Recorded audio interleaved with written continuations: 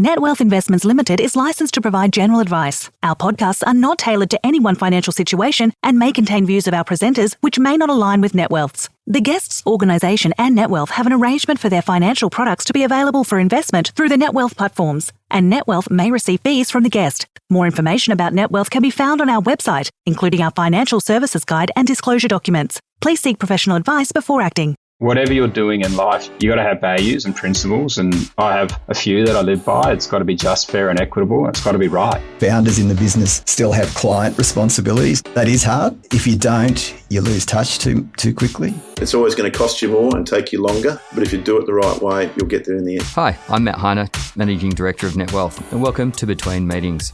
In this podcast series, I chat to industry professionals and thought leaders on what made their careers successful and the opportunities and challenges they see on a wide range of topics as they relate to the delivery of advice and financial services. I hope you enjoy their unique insights.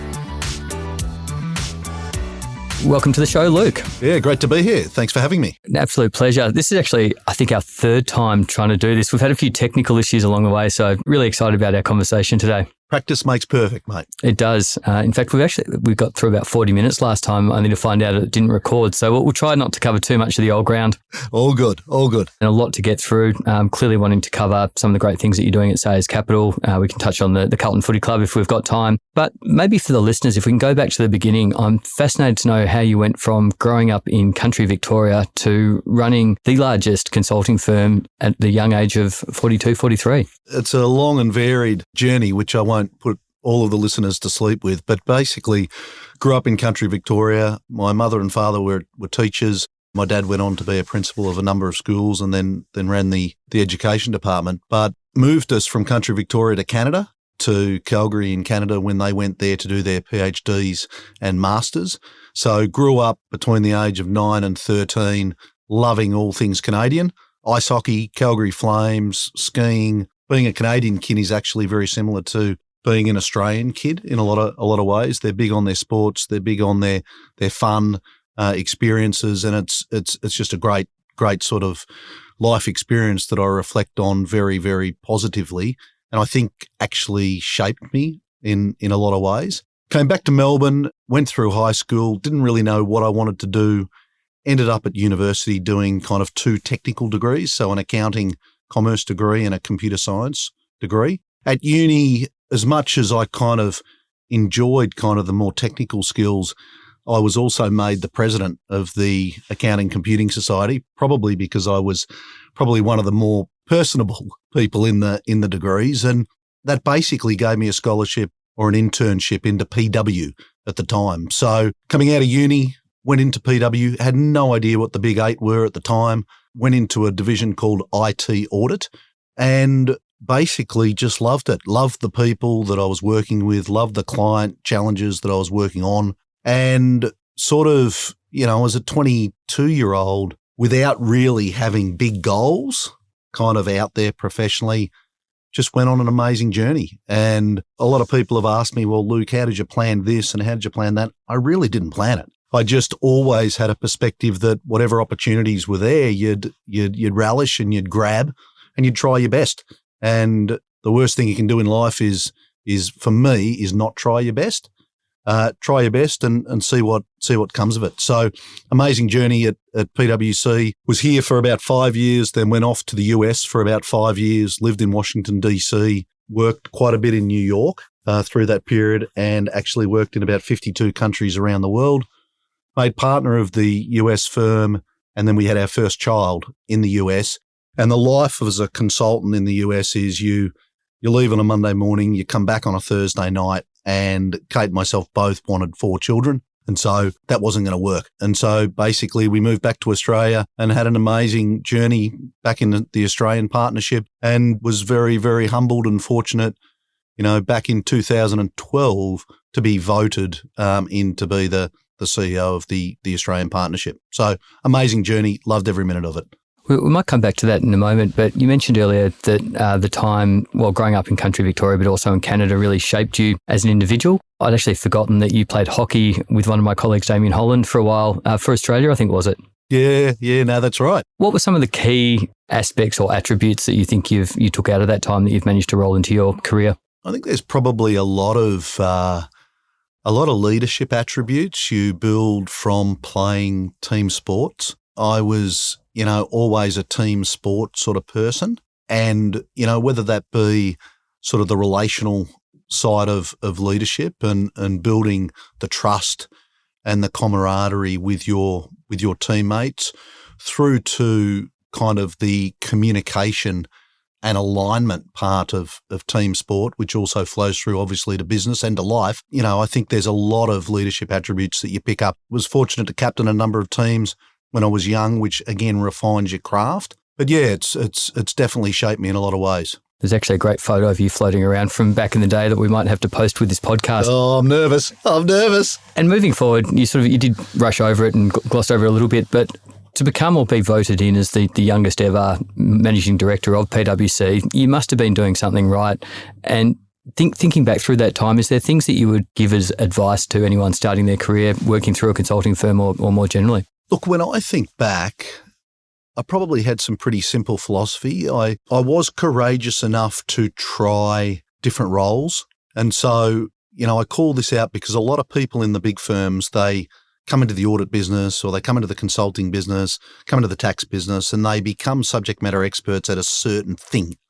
I'm the transfer pricing guru, or I'm the financial audit for FS clients guru, or if I'm the supply chain guru. But they're very, very niche oriented. I always believe that to be the best advisor and the most relevant to clients, you needed to be broader and deep.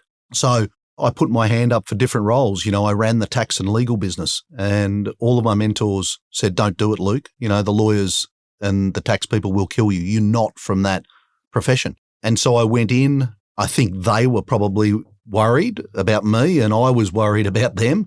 But honestly, I learnt so much and they learnt so much because we were able to bridge that gap, even though we had very fundamentally different backgrounds. So probably the first piece would be try different things, get outside your comfort zone, push yourself to learn and relearn, not just get on the tram line and just do it for 25, 30, 35 years. Second one is, and I think unfortunately in Australia, this has really deteriorated over time, the relational elements of client service. The world has become overly transactional. The world has become people wanting to just quickly do a deal, quickly do a project, quickly sort of crunch the chargeable hours, if you will. And the ability to actually really build trust and understand what the client or the customer needs, even if they may not know what they need, you can't do that unless you're really able to, yes, intellectually, but also empathetically be able to put yourself in their shoes. And so I used to spend a lot of time coaching and encouraging people to, yes, build the IQ muscle, but you've got to build the EQ muscle and you've got to build that trust muscle between yourself and the market more broadly. So I think sort of the holistic skill sets of an advisor I encourage, and I spend a lot of time trying to be the best that I could be on that. And probably the third one is just follow your passion and have fun along the way. I loved my time. I loved trying different things. I scraped my knees plenty of times, and I would sort of put a ... on this that, if you're having a go and you're trying things and you're really trying to push yourself, you're going to stuff it up, and stuffing it up is all right, and learn from it. But make sure you build that resilience such that you don't lose the confidence or the courage to go again. And I think, there's a lot of professional people that, are overs on perfectionism and overs on avoidance, and, the rough and tumble of screwing it up and having to go again and reset is something that they don't handle so well.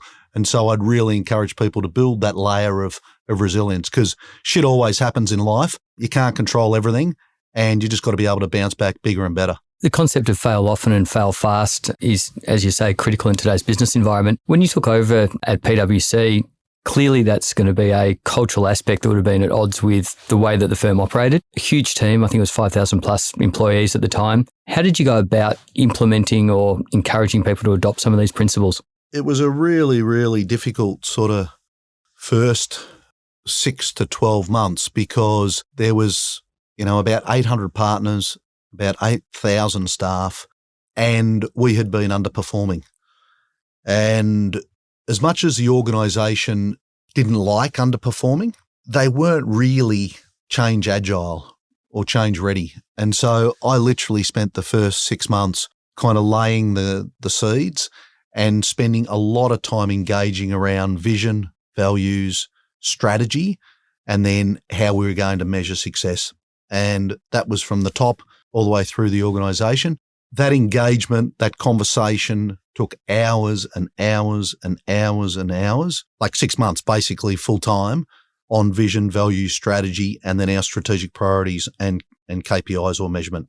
But it was the best investment I could have ever made. And off the back of that, we had a group of people that provided input into all of those elements, bought into all of those elements. For the first time, ever, we did a values jam where the staff actually created the values for the organisation, not the partners. It doesn't seem a biggie today, but back in 2012, it was massive because it was a big partner hierarchical sort of organisation. So engagement in that sort of vision, value, priorities, and then bringing the organisation on the journey as you made tough decisions, and we had to get rid of a number of partners and staff, but also where you're investing for growth and how you're fueling growth and what you're trying to do in the community to make sure that you're really seen as a social brand as well. We're all important parts of that change journey. That's a huge undertaking, and I love the fact that it was a real bottom-up process. Have the values that the staff came up with stood the test of time? Yeah, they actually have. So to my knowledge, they're still the values that are there today. And actually, it was the catalyst for sort of in 2016 what became the global values for our organisation globally. So I think we came up with 5 or 6 values here. We got global buy-in, and then a global process was run, and then we morphed our 4 or 5 or 6 into the global values and very much played a key role in rolling out to 157 countries around the world a set of values for PwC globally. Amazing.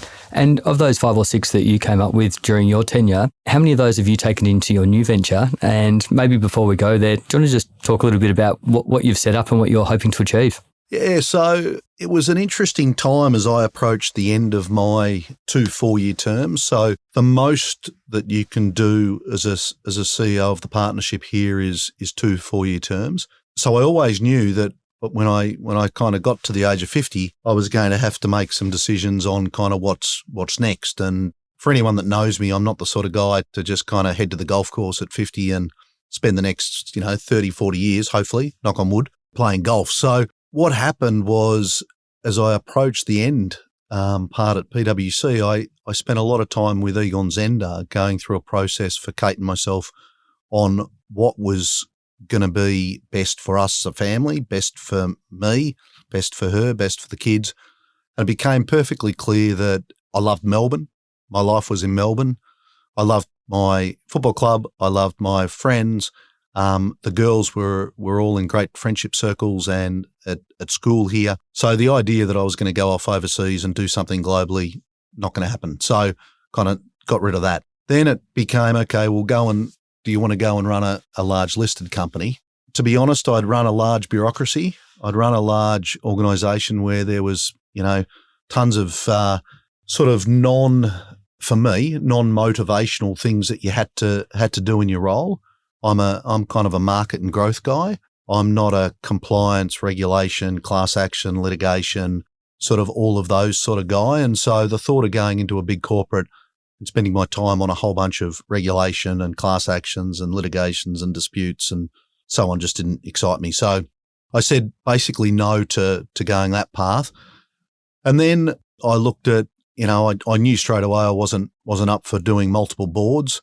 That wasn't something that interested me at the age of 50. And so I started talking to some clients that have been friends and clients over a long period of time. And they said, Luke, this is easy. Like, just back yourself and set up your own shingle and get going. And we'll help you along. And it's going to be a great next 10 to 15 years. And it's something that you should just relish. It's a real privilege to start your own thing. So probably gave me the confidence to give it a go. when you're in a big system, in a big global system, and everything is there and you've been successful in that context, it's so fundamentally different to suddenly say, okay, well, I'm on my kitchen bench and I've got a blank sheet of paper and I'm trying to figure out what the hell I do and who I do it with and how do I win and what's the cost and what's the revenue and so on and so forth. But they gave me a lot of confidence to go for it. And so we've opened up a business. It's called Sayers Advisory and Investments. It's focused on strategy and deals. It's focused on infrastructure and major projects. It's focused on wealth. It's focused on brand and marketing, and it's focused on technology. And we're not trying to kind of compete with the top end of town, if you will. We're trying to compete in the private to public sort of sphere, and it's been amazing. You know, we've made some good decisions, we've made some lousy decisions, but we were able to ink out a small profit in year one, and we were also fortunate enough to win the LinkedIn Startup of the Year, number one startup for last year, which was quite an honour. And now we build out the revenue profile and the EBITDA profile. So, and I do call out that we've had some amazing customers that have come to us and we've loved working with, and some amazing people that have left kind of cushy environments to have a crack and to see if they can build something from the ground up. That's a very serious undertaking, and I think it's easy to forget that you started pretty much as COVID hit. So as you were trying to get the business up and running, bring clients on, not being able to have that face-to-face relationship, which you've already called out, is so important. To turn a profit in year one, that's incredible. We pushed hard in those last 2 months, and it was a whopping $12,000, but we'll take it. And, you know, onwards and upwards. But what it's shown to me is that one key learning is in a big business, you can make mistakes or decisions that are poor decisions, and you can really get away with it because of the size and scale of the organisation. When you're in a small 50-person, 100-person organisation, like, every decision really matters. And so, you know, we've made a number of decisions which have been terrible decisions. Okay, what do we do wrong? What do we learn from it? How do we make sure we don't repeat it? But on the flip side also, some great decisions with clients have really led to some amazing outcomes for our clients, but also for us. So that decision-making piece in a small organisation is just so important. As part of the rollout process, you came up with a new term with Russell Howcroft, new quo, which I absolutely love. When you were scribbling away on the napkin or the back of the bit of paper, you've mentioned that you're moving into a different part of the market, but what were some of the other big opportunities where you felt you could make a difference? Well, like any startup, I don't think you guys, and certainly not us, like, there is no kind of clear end game. You know, like, we came up with some ideas at the start. The new quo was basically a byproduct of Russ and myself being frustrated with how complacent and conservative, for the majority, business was in Australia. And we had this overarching philosophy that we wanted to challenge the status quo. We should be really trying to push and prod the status quo, and we want Sayers to be new quo, because we're restless with kind of the status quo. So we are sort of coming with fresh eyes, totally conflict-free, independence, objectivity. All right, what's the business problem? How do we really push and prod the sides here to try and come up with a better outcome? So as much as I said those areas that we went into, we're also very opportunistic, and the Metricon situation happened. Largest residential builder here in Australia. There's a whole bunch of forces at play with regard to supply chain, rising costs, fixed price contracts, and that put a lot of pressure on Metricon. And so Metricon came to us to be kind of the turnaround specialists. And so we've worked with them, the banks, government, their organisation for the last 3 months to turn them around and to get them focused on Metricon 2.0. So did we ever think we were going to be in the turnaround space? No, but they came to us because the family that had a 75% interest in Metricon, you know, they had incredible trust in the relationship and knew that we would absolutely do everything that we could do within our power and our skill sets and our experience to be able to turn this around and get it pointed in the right direction, recapitalise it and get it rocking and rolling. So, we're opportunistic based on our experiences. We're mostly focused on private, big private, and private moving to public. As to whether we can say we're going to only do this, or this, no, we're figuring this out as we go. A question I haven't asked any of my guests before, but I'm going to ask you. If you were in the hot seat and running the country, what would you do to move past status quo and create new quo? Gee whiz. Well, I wouldn't go to Hawaii. That didn't end well for the last guy, did it? What would I do? I'll tell you what I'd do. I'd follow actually the same playbook. I don't know what our vision for the country is. I don't. Now I'm a 52-year-old. I'm probably halfway through life. We should have a vision. I don't know what it is. My children have no idea what it is. There's certainly no sort of plan to achieve a vision or an outcome. And so I'd start off focused on engaging far and wide on that vision. And then what are the priorities? And then what are the investments? And I would continue to come back to what we are trying to do here as Team Australia. We have an awesome brand overseas still, even though we're a country on the other side of the world, have gone through some of the harshest lockdowns through the COVID period. But our brand, for the majority, is amazing. How good could it be? So that's what I'd do. And if you're having the conversation with the PM about what your vision of Australia could be, what would it be? I'd probably say that, I'm one for growth. I'm one for immigration to fuel certain industry sectors. And I'd probably play to the strengths that we do have. And so I think the strengths we have is health. I think the strengths we have is agriculture. I think the strengths we can have is renewables and everything kind of green. I think the strengths we have, but we could have so much more, is technology and innovation. I think the strengths we have is education.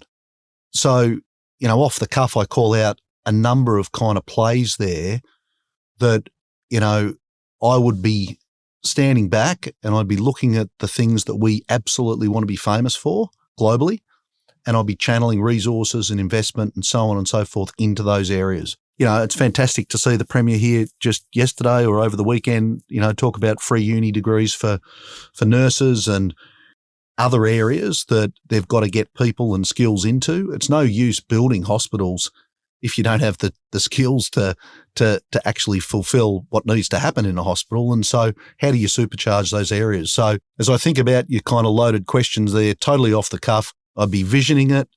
I'd be lining up the priorities. I'd be balancing the books, investment versus areas that we'd scale back.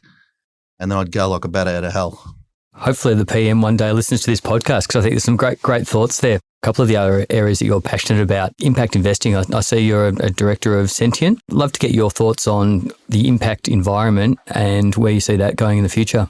Yeah, so I think impact investment is probably over the last decade or so, it's been seen as all about having a societal impact but not a commercial return. That's not right. Yeah, you got to find both. And so when I talk about impact investment, I talk about it's got to throw off a commercial return and it's got to have a sustainable impact to the environment or to the country or to whatever it is. So probably the first piece is, don't think of impact investment as a whole slew of people that just want to change the world. We should be looking at it as both. And I think Sentient is doing a very good job positioning itself as not just deep impact, but looking at how do we also throw off commercial returns that are commensurate with other returns. I think more and more of the next generation are seriously focused on legacy and seriously focused on a whole heap of thematics that we all should be worried about. And I think here in Australia, because we're so lucky in so many ways and our education standards are so high in so many ways, our children are very educated and are very pro-environment, diversity, underprivileged, and so on and so forth. And so being able to follow that wave, that generational wave that is happening, I think is where you need to be. But by chance, I'm doing a podcast actually next week with Kalara Capital, and I noticed that you've just done a fantastic piece with them, which I think is broadly available on the website. Yeah, no, absolutely. And Ben Krasenstein, another good Carlton man, but fantastic organisation, very focused on the both, the commercial return and the impact.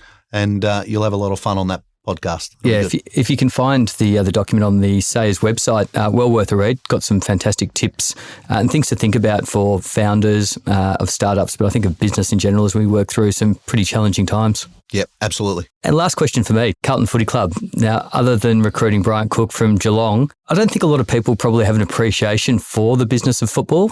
We understand the game, but maybe just some thoughts on running a football club and what your objective there is as president. Again, sort of the playbook that I used at PwC, but also, what we've talked about here as far as the country goes or at Sayers, it's an organisation and you've got to be clear on the vision, the values, the strategy, and then your balanced scorecard of what success looks like.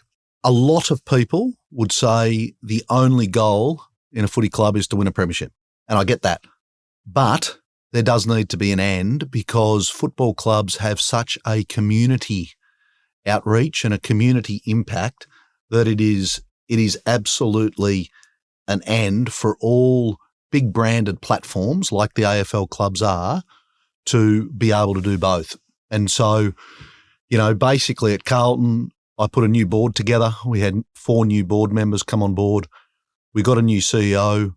We got a new head coach. We got all new assistant coaches, and we changed about 19 people within the football department. So a full overhaul of football. All the other parts of the football club with regard to membership, commercials, HR, finance, technology, et cetera, all of those were pretty much performing well, and we kept those in place. And so, that's a big change program. As president, you are in my head, some presidents believe that they're hands-on running the organisation. I'm a firm believer that, you get an awesome CEO like Cookie, and he's got the experience, he's got the time, he's the paid person to make it work. And I'm there to provide confidence, counselling, sounding board, et cetera, but it's not a hands-on role. You're more on the balcony. Cookie and the others are more on the dance floor. So we've gone about a massive sort of 12 months changing all of the people. I'm really proud of how it's all come together so quickly. We had an amazing start to the year. I think we had 8 wins and 2 losses in the first 10 rounds, but then we faded off towards the back end and just missed out on the 8. And so as much as we're gutted on not playing finals, you step back from that sort of emotional side of real hurt for the players, for the coaches, for the organisation, for all of us, but you feel really good about the building blocks that have been put in place, the people that are in the roles, the talent you've got, building that trust and that relationship and that game plan with one another.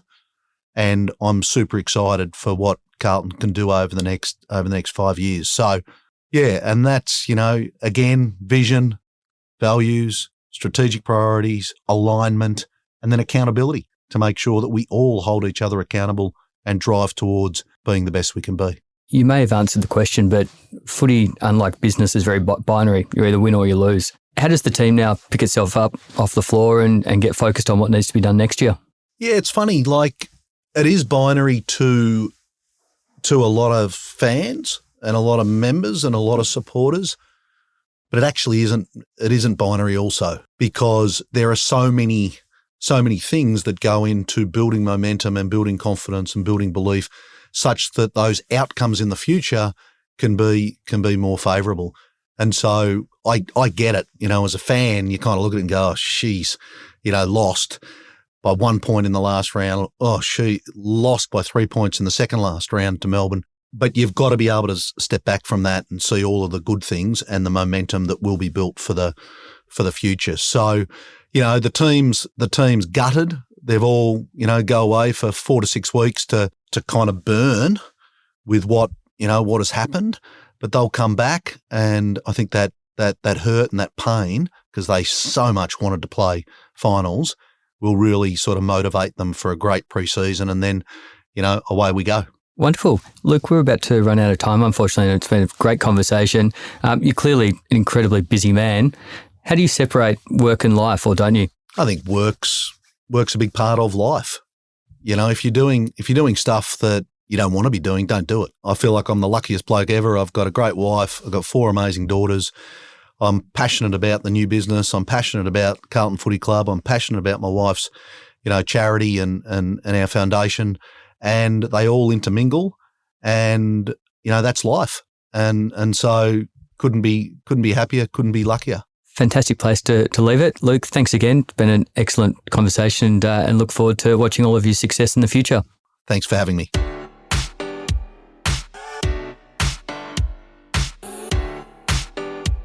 Thanks for listening to this episode of Between Meetings. For more episodes and to subscribe to our series, visit the NetWealth website, iTunes, Spotify, or your favourite listening service. And if you want to contact me or engage or discuss any of the topics raised, please find me on LinkedIn or Twitter, or send me a private message. We hope you can tune into the next episode.